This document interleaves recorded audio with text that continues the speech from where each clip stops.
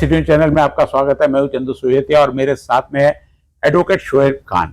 पेशे से वकील है और छात्र जीवन से ही राजनीति में जुड़े हुए हैं। परिवार की बात की जाए तो 1978 में जब पूरे देश में आपातकाल के बाद में पहली बार चुनाव हुए थे तो इनके काका एडवोकेट मुनीर खान जनता पार्टी से उम्मीदवार थे। उस समय भी कांग्रेस की लहर ऐसी थी, अमरावती की बात, पूरे देश में जहां कांग्रेस विरोध चल रहा था, लेकिन उसके बावजूद अमरावती में कांग्रेस की सीट चुनकर आई थी।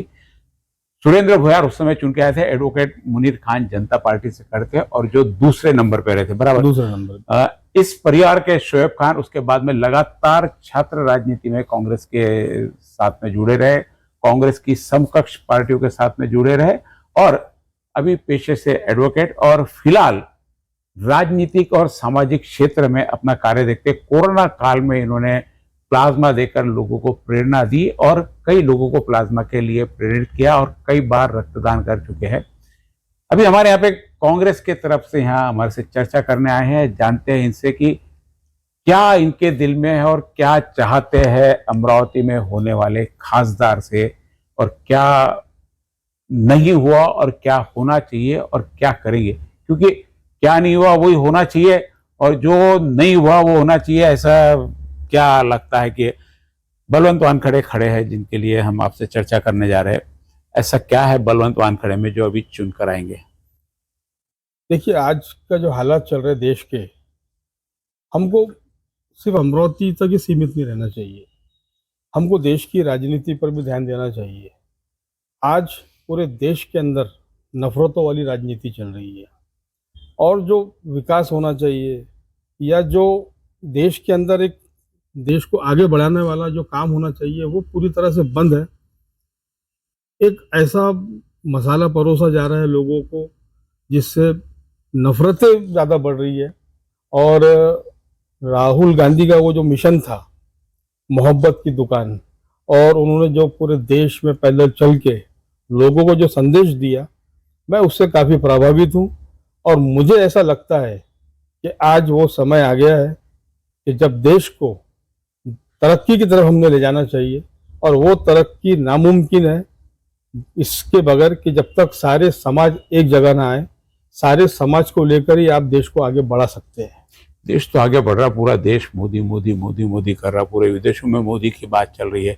फिर देश कहाँ पिछड़ा, किस चीज में पिछड़ा हुआ लगता है आपको देश में अभी? ये तो देखिए ऐसा है, ये हम सिर्फ मीडिया में देख रहे हैं हम लोग और अखबारों में पढ़ रहे हैं हम। हकीकत में अगर आप जाएंगे तो अभी देश हमारा बहुत पिछड़ा हुआ है। ये सिर्फ हमको है ना कुछ चीज़ें बता दी जा रही और एक धर्म का चश्मा पहनाकर उसको पढ़ाया जा रहा है लोगों का। ये मैं तो यहाँ तक इंटरव्यू सुना कि हम 1000 रुपये लीटर पेट्रोल खरीदेंगे लेकिन हम देंगे वोट मोदी को। तो प्रेम बता रहा, देश प्रेम बता रहा हूँ। ये इससे देश तरक्की कहाँ कर रहा है? जो बेसिक जो महंगाई थी, महंगाई आज आप देखिए, महंगाई सर चढ़ के बोल रही है। सिलेंडर के भाव देखिए, आप गैस के भाव देखिए, उसके बाद में आप पेट्रोल के भाव देखिए, यहाँ तक कि अब जो किचन के अंदर जो हम देखते हैं सब्जियों के रेट, किराना के रेट आसमान छू रहे। एक गरीब या एक मध्य परिवार के लिए इस महंगाई के दौर में जीना नामुमकिन जैसा हो गया है। 80 करोड़ लोगों को तो पूरा खाना और पूरा सरकार से राशन मिल रहा है। बिल्कुल झूठ बात है ये सिर्फ ऑन पेपर है। ये हकीकत में आप जब जाएंगे तो आप देखेंगे कि 80% लोग आज भी देश के अंदर भूखे सोते हैं, एक वक्त भूखा सोते हैं। ये सर्वे है, आप इंटरनेट पे जाके आप देखेंगे तो आप ऐसा कहीं कि 80% जनता भूखी रहती है, ऐसा कहीं सर्वे देखने में नहीं आया। कहीं तो भी आंकड़ों में चूक रहे हैं आप। 80% जनता है, अपने घर के 10 लोगों में से 8 लोग भूखे रह रहे हैं। नहीं, उसका कैसा है, देखिए देश के अंदर हमारे यहाँ जो गरीब आबादी है वो अक्सरियत में है, मेजॉरिटी में है। अच्छे जो लोग हैं 15-20% लोग हैं जिनके पास में हर चीज है। बाकी तो हमारे यहाँ मजदूर तबका ज्यादा है, वो लोग तो एक वक्त खाते एक वक्त भूखे सोते हैं। आज इस महंगाई के दौर में आप सोचिए ना कितनी महंगाई बढ़ गई है। नहीं, मजदूरों की पगार भी तो बढ़ी है ना, मजदूरों का लेबर भी बढ़ा है। पहले 100 रुपये रोज लगता था, अभी 500 रुपये रोज में लेबर नहीं मिलता है, 500 रुपये रोज लेबर कर रहे हैं। तो वो महंगाई के साथ में सबकी सैलरी बढ़ते चल जाए। अब इन सब चीजों में अब अमरावती में हम यदि आते हैं कि अमरावती में बलवंत वानखड़े, क्योंकि एक बलवंत वानखड़े तो अकेला पूरा देश जाकर नहीं सुधारेगा ना। बराबर। हमको तो अमरावती की बात करनी है। अमरावती के लिए क्या उपयोगी है बलवंत वानखड़े?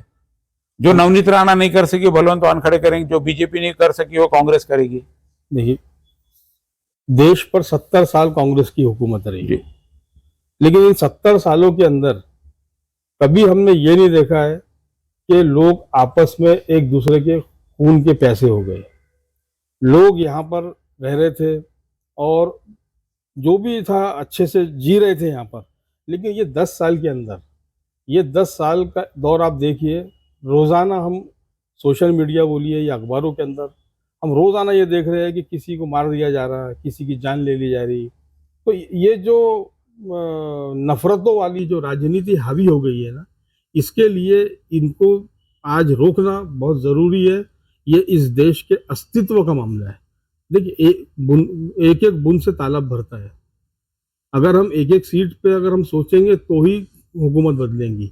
इसलिए हमको बलवंत वानखड़े के लिए भी उतना ही सोचना पड़ेगा जितना देश के लिए सोचना पड़ेगा। तो बलवंत वानखड़े की आज ज़रूरत है। देखिए, 2019 में नवनीत जी राणा ये इंडिपेंडेंट करके इलेक्शन मैदान में आई, क्योंकि इनकी लड़ाई भारतीय जनता पार्टी के साथ में थी, तो हम लोगों ने उनका काम किया। हमारा व्यक्तिगत तौर पे हमारी राणा परिवार से हमारी कोई बुराई नहीं है, क्योंकि अगर बुराई होती तो हम पिछले वक्त उनका काम नहीं करते।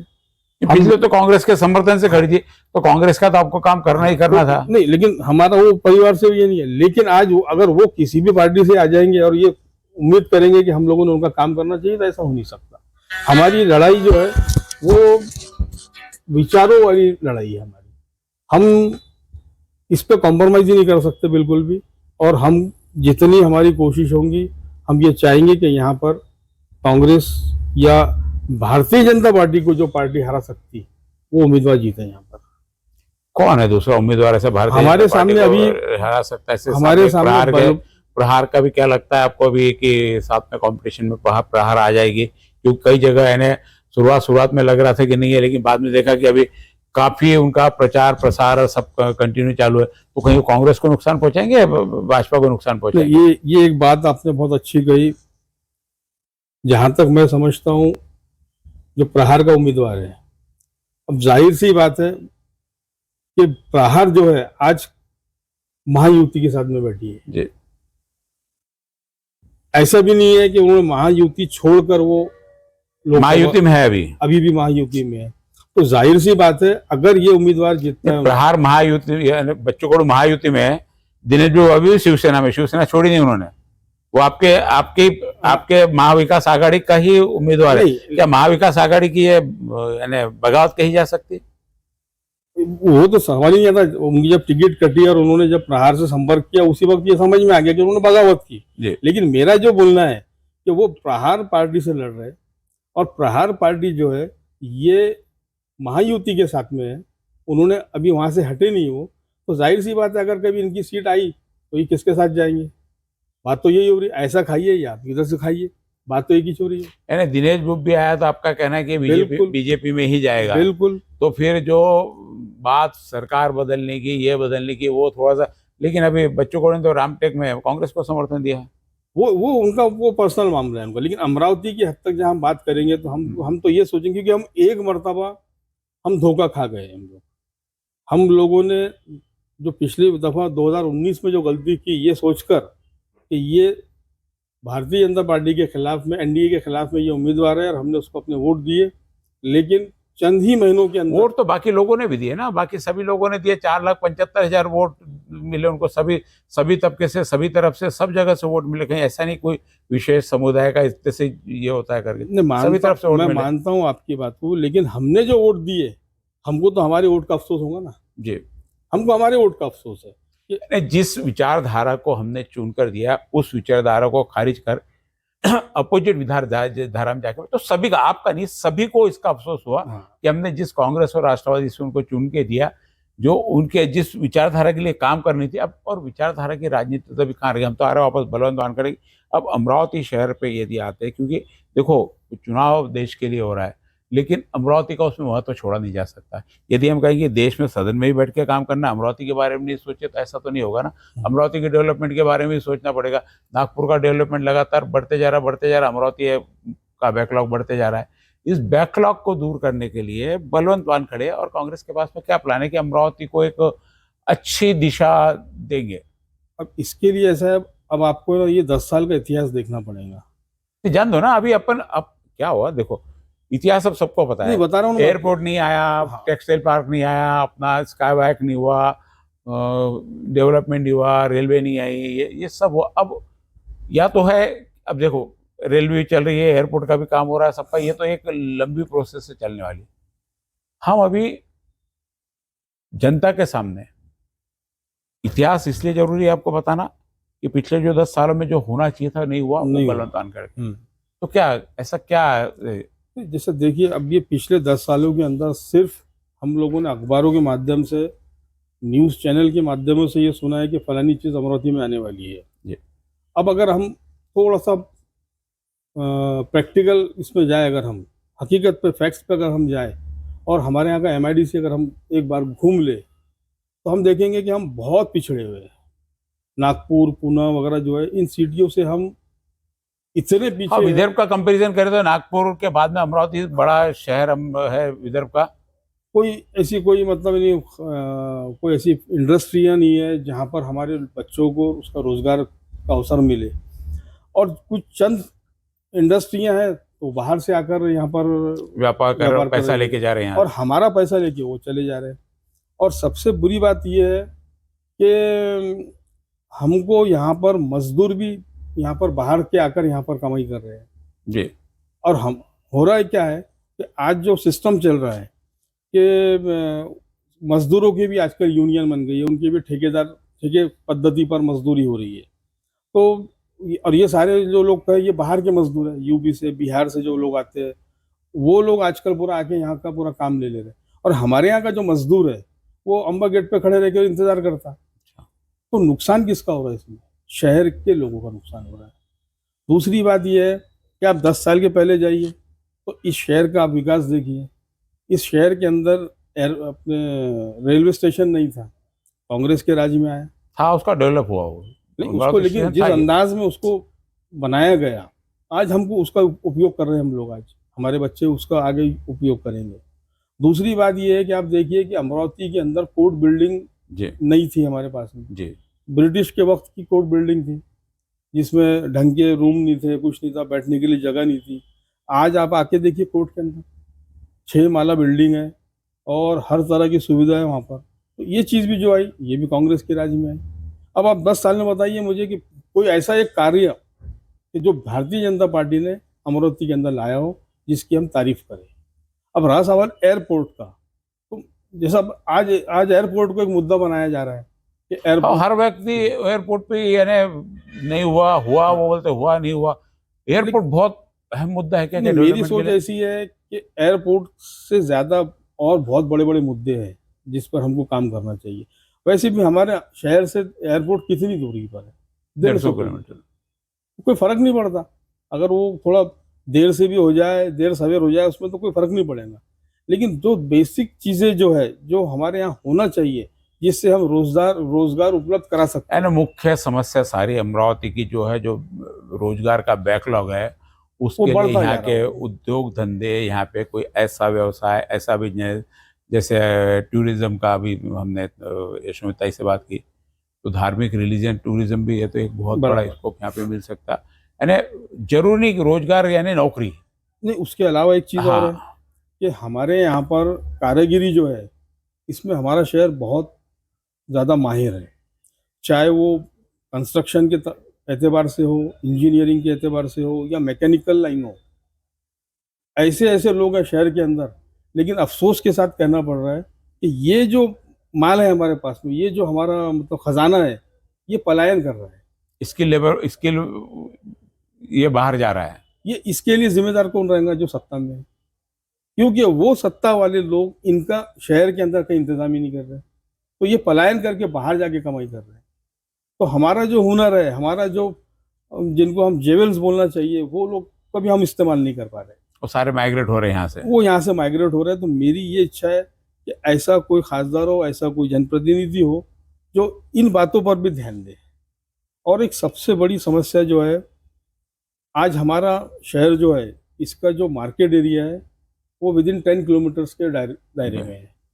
लेकिन आप मेरी बड़ी अफसोस के साथ कहना पड़ रहा है कि हम 4 व्हीलर लेकर हम मार्केटिंग भी नहीं कर सकते हैं।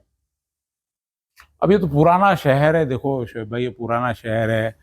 पुराने शहर में बिल्डिंग पुराने हिसाब से बसी हुई। हम यदि जहाँ बैठे हैं, हम शहर का मुख्य भाग है जयस्तंभ भाग, यहाँ की बात करें, यहाँ पे मार्केटिंग आगे करना, मार्केटिंग के लिए बड़े बड़े मार्केट बना के रखे, विजिलेंस सिटी बना के रखे, यहाँ के व्यापारी ने बनाए, सरकार का कोई सहयोग नहीं उसमें, व्यापारी ने मिलकर बनाया, बड़े बड़े मॉल्स भी लगे हुए यहाँ पे, नहीं है ऐसा नहीं है। अब उसमें जाना, गाड़ी की पार्किंग का, तो ये समस्या तो मुझे लगता नहीं कि गाड़ी की पार्किंग की समस्या कितना भी करते हैं तो जिंदगी भर कभी सॉल्व होगी। ये तो मार्केट हटाने पड़ेंगे यहाँ से। नहीं, पार्किंग के लिए इंतजाम किए जा सकते हैं। अब देखिए, मैं समझता हूँ कि मैक्सिमम मार्केट जो बनाए हुए हैं यहाँ पर, वो इलीगल तरीके से बनाए हुए, जबकि कंस्ट्रक्शन का अगर आप नहीं, फिर वापस इलीगल जाएंगे। देखो इसमें सब सरकारों का हाथ है। सिर्फ मानता हूँ, है ना, बिल्कुल अभी मानता हूँ। अभी यानी कोई सिर्फ 10 सालों में इलीगल कंस्ट्रक्शन नहीं मैं हुआ। बिल्कुल मानता हूँ। तो मैं इसलिए हम जो कर रहे हैं अभी, क्योंकि क्या होता है, जो हो गया, हम कहीं व्यापार के खिलाफ नहीं जाना, जिसने बनाया बनाया, जिस ढंग से भी बनाया होगा। तो हम ये, मैं वही मुद्दे पे आ रहा हूँ कि मैं ये चाहूंगा कि ये जो अभी जो जनप्रतिनिधि आए वो इस ओर भी ध्यान दे। आते अब ऐसा नहीं होना चाहिए, जो हो गया वो हो गया। कम से कम इस शहर के अंदर पार्किंग की व्यवस्था हो। अभी जो नया काम हो रहा है, रोड भी काफी चौड़े, 100 फुट के रोड है, सारे दोनों साइड में पार्किंग है। पुराना एरिया तो हम यदि जवाहर गेट एंड इसके आसपास की बात करें, जयस्तंभ के आस करें, तो इसका तो मुझे लगता नहीं कि कितना ही प्लान बनो सुधा, फिर भी आप देखो गांधी चौक का रास्ता बहुत बड़ा बन गया, हाँ, पहले वो होता है। नहीं था। जयस्तंभ का रोड बड़ा बन गया, जितना हो सकता था वो तो देखो, सरकार जो भी आए अपने अपने हिसाब से जो जरूरी है वो डेवलपमेंट तो होते। बात है कि विजन क्या रहता है, हम एक्स्ट्रा क्या अर्न करते हैं। बराबर। रोड बनना है, नेशनल हाईवे बनना है, एयरपोर्ट आज नहीं, कोई भी प्रतिनिधि आए, बनना ही बनना है। और एक बात मैं और आपके सामने बताना चाहूँगा कि जब कांग्रेस हुकूमत या कांग्रेस समर्थित जो हुकूमत हुआ करती थी, उस वक्त माइनॉरिटी कम्युनिटी के लिए स्पेशल पैकेज आते थे उनकी एजुकेशन के ताल्लुक से। क्योंकि हुआ ये कि अब आप देखो कि कई सारी कमिटीज़ बनाई गई, जैसे रंगनाथन कमीशन बनाया गया, सच्चर समिति बनाई गई, उसके बाद में महमूदुर रहमान कमेटी बनाई गई। और ये सारी कमेटियों की, मैं शॉर्ट में बोलना चाहूँगा, सारी कमेटियों की रिपोर्ट जब आई तो ये पाया गया कि मुस्लिम कम्युनिटी जो है ये बहुत ज़्यादा पिछड़ी हुई है। और ये मतलब नहीं, अभी जितनी भी कास्ट है, जितनी भी रिलीजन्स है, उनके अंदर सबसे पीछे चल रही है कम्युनिटी। और उस लिहाज से फिर उस वक्त में कुछ 1000 करोड़ रुपये का एक पैकेज बनाकर इस कम्युनिटी के बच्चों के लिए, स्टूडेंट्स के लिए, एजुकेशन का बहुत अभाव, uplift करने एजुकेशन के लिए। बहुत जरूरी है। यानी आप कम्युनिटी बात करते हैं, आप देखिए घर में 4 लोग भी है, चारों को चारों कहीं ना कहीं जॉब में, काम में, इसमें उसमें जुटे हुए हैं। हर व्यक्ति कोई ना कोई जुटा हुआ, भले स्किल लेबर हो, अनस्किल लेबर हो, काम में काम सभी को मिला हुआ है। तो मेरा मेरा ये मानना है कि अभी जो सरकार आए वो कम से कम ये बात पे ध्यान दे। और एक कम्युनिटी जो इतनी पिछड़ी हुई है, आखिर है तो हम इस देश के, जी जी। तो उनको भी मतलब कहीं ना कहीं बराबरी में लाके खड़ा किया जाए। तो उनको कब बराबरी में खड़ा किया जाएगा, जब उनको फाइनेंशियल सपोर्ट होगा, चाहे वो एजुकेशन में बोलो आप, या फिर लोन के इसके माध्यम से उनके कारोबारों के अंदर, बिजनेस के अंदर उनको थोड़ा सा उनकी हालत ठीक की जाए। तो वो भी एक तो ये सारा कांग्रेस के माध्यम से, बलवंत वानखड़े के माध्यम से हम करवाना चाहते हो हैं। सकता है, क्योंकि आप कांग्रेस के हो, कांग्रेस के नज़दीक कांग्रेस के काम का पैटर्न मालूम है। ये थे हमारे साथ में शोहेब, एडवोकेट शोहेब, जो विशेष करके जो अमरावती शहर में रोजगार उपलब्ध होना चाहिए, वह रोजगार उपलब्ध नहीं हो पा रहा, इसलिए यहाँ का जो स्किल व्यक्ति है वो बाहर जा रहा, और अनस्किल रोजगार है, कारखाने हैं, छोटे मोटे कारखाने हैं, यहाँ पे लेबर वर्क है, लेकिन जो स्किल काम है जैसे इंजीनियरिंग का है, इंजीनियर, डॉक्टर से सीए वगैरह सारे बाहर जाते हैं। तो इन चीज़ों की व्यवस्था होनी चाहिए, और इन चीज़ों की अपेक्षा सारी आने वाले जो उम्मीदवार हैं इनकी बलवंत वानखड़े से, अब आने वाली 26 तारीख को तो वोट मत पे टीम पैक हो जाएगी, और 4 जून को मालूम पड़ेगा कि जिस सोच से वोट दिए थे, क्या वो सोच आगे, वो विचारधारा और वो सोच से उम्मीदवार चुन के आता है तो क्या हर व्यक्ति कहता है कि रोजगार लाएंगे। अब किस प्रकार से रोजगार लाएंगे, जैसे कल यशोमती ताई ने बताया था कि एक टूरिज्म को भी, रिलीजियस टूरिज्म को भी यहाँ डेवलप किया, तो एक बहुत बड़ी इंडस्ट्री यहाँ पे बन सकती है। चिखलदरा हमारे पास में है, स्काई वॉक, और उसके साथ में चिखलदरा को महाबलेश्वर बनाया जा सकता है। बहुत सारी योजनाएं, बहुत सारी स्कीम और बहुत सारी सोर्सेस और बहुत सारे स्कोप यहाँ पे। बात है उस नज़र से देखने की। अब ये उस नज़र से जो देखेंगे उस खासदार को चुनना चाहते हैं। आप आए, आपका बहुत बहुत धन्यवाद। एक आखिर में मैं एक शेर बोलना जी चाहूँगा, जी खासतौर से नौजवान लोगों के लिए, जी। कि जुगनू जागो, जुगनू जागो, तुमको चांद उगाने हैं इससे पहले कि अंधेरे की हुकूमत आ जाए। वाह वाह भाई, जुगनू जागो तुम्हें चांद उगाने हैं, इससे पहले कि क्या अंधेरे की तुम्हें हुकूमत। धन्यवाद थैंक यू। बहुत बहुत।